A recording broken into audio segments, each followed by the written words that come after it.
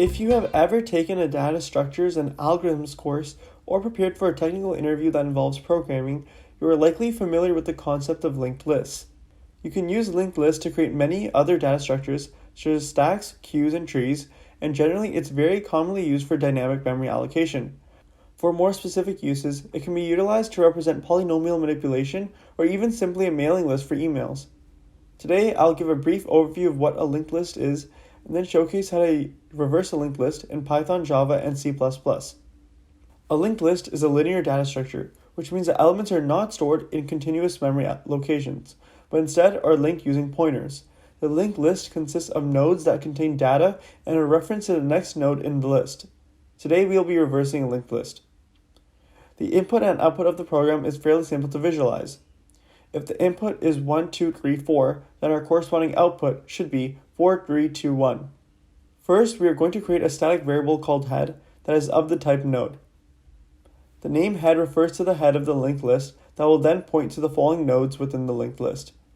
For those who are less familiar with Java, static means that a single copy of the variable is being created, and it can be used to refer to a common property of all objects within the program.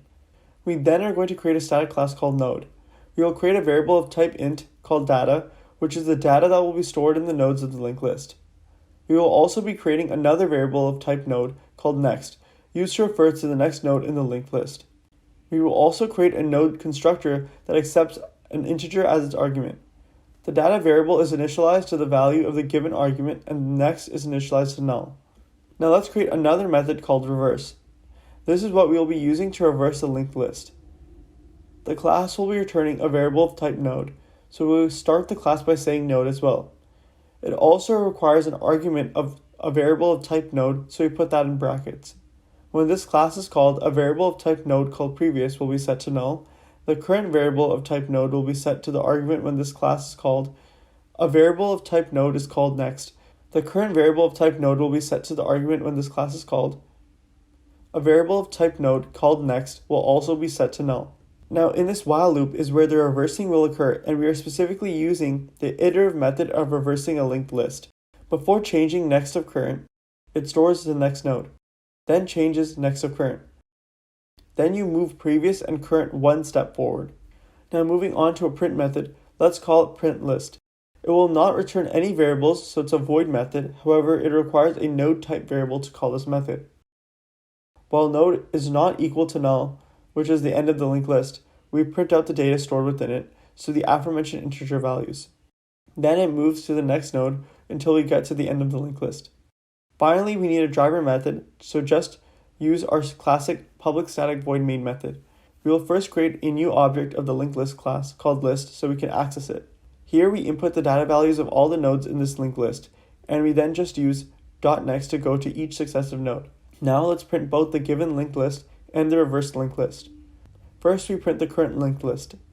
Then we will reverse it using the reverse method we created earlier and store the node it returns in the old head variable. Now, if we print the list using the same print function, it prints the reversed linked list.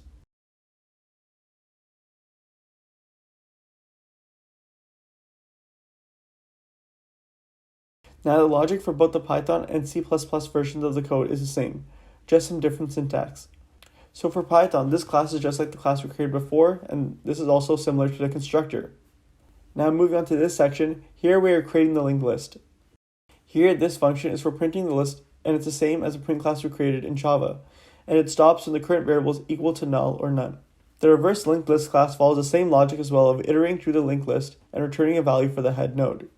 The final few lines similarly consist of printing the data of these linked lists and inputting in the data values into the functions described above.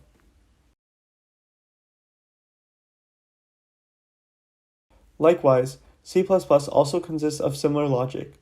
Here in the struct, we are declaring and initializing values for the variables in much of the same way we had the constructor and variables in the beginning class in Java. Then in the linked list struct, we are going to create a function to reverse the linked list just like in the other two examples. We will initialize the current, previous, and next pointers as well. Using a while loop, just like before, that ends when the current node variable is equal to null, we iterate through the linked list and reverse it with the same logic I described in the Java example. Unlike the other programs, we have a push class where we can insert data into the nodes of the linked list. Now in our main method, we simply start with an empty linked list and create a linked list object to access the methods we need. We then send in integer arguments as data to insert into the nodes of the linked list. We then print the given linked list, reverse it, and then print the linked list again and get the reversed version.